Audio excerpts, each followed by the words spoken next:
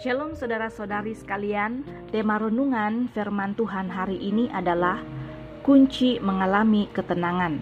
Mazmur 62 ayat 1b, hanya dekat Allah saja aku tenang, daripadanya lah keselamatanku.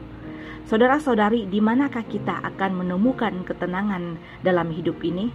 Ramai orang berpikir bahwa hidup tenang hanya akan mereka rasakan ketika mereka punya uang ratusan juta atau duit di dalam bank sangat banyak, kekayaan yang melimpah, punya pengawal rumah yang menjaga rumah kita selama 24 jam penuh, dan sebagainya. Namun saudara-saudari, pemazmur menegaskan bahwa orang yang tinggal di dalam Tuhan, dekat dengan Tuhan, pasti akan mengalami ketenangan dalam hidupnya. Masalah boleh saja datang, namun kita percaya bahwa Tuhan tidak pernah membiarkan dan meninggalkan kita. Ibrani 13 ayat 5b, aku sekali-kali tidak akan membiarkan engkau dan aku sekali-kali tidak akan meninggalkan engkau. Hidup dalam ketidaktenangan, kacau, khawatir, cemas, panik, dan lain-lain adalah hal yang sangat disukai oleh iblis. Sebab orang yang tidak tenang dalam hidupnya pasti akan mengalami kesulitan untuk berdoa dan fokus kepada Tuhan. Itulah sebabnya Rasul Petrus menasihati, karena itu kuasailah dirimu dan jadilah tenang supaya kamu dapat berdoa.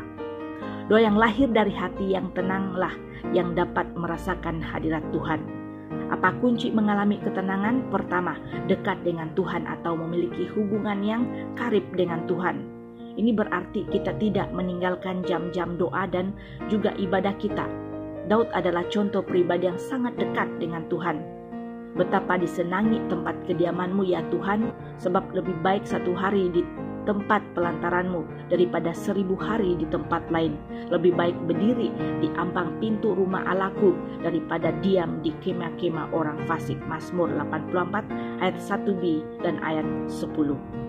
Kedua, penyerahan diri kepada Tuhan, artinya kita mempercayakan hidup kita sepenuhnya kepada Tuhan. Nasihat Daud, serahkanlah hidupmu kepada Tuhan dan percayalah kepadanya dan ia akan bertindak. Mazmur 37 ayat 5. Ketiga, hidup dalam kebenaran. Ada tertulis, di mana ada kebenaran di situ akan tumbuh damai sejahtera, dan akibat kebenaran ialah ketenangan dan ketentraman untuk selama-lamanya. Yesaya 32 ayat 17. Di dalam dekat dengan Tuhan, berserah diri dan senantiasa hidup dalam ketaatanlah kita akan mengalami ketenangan hidup.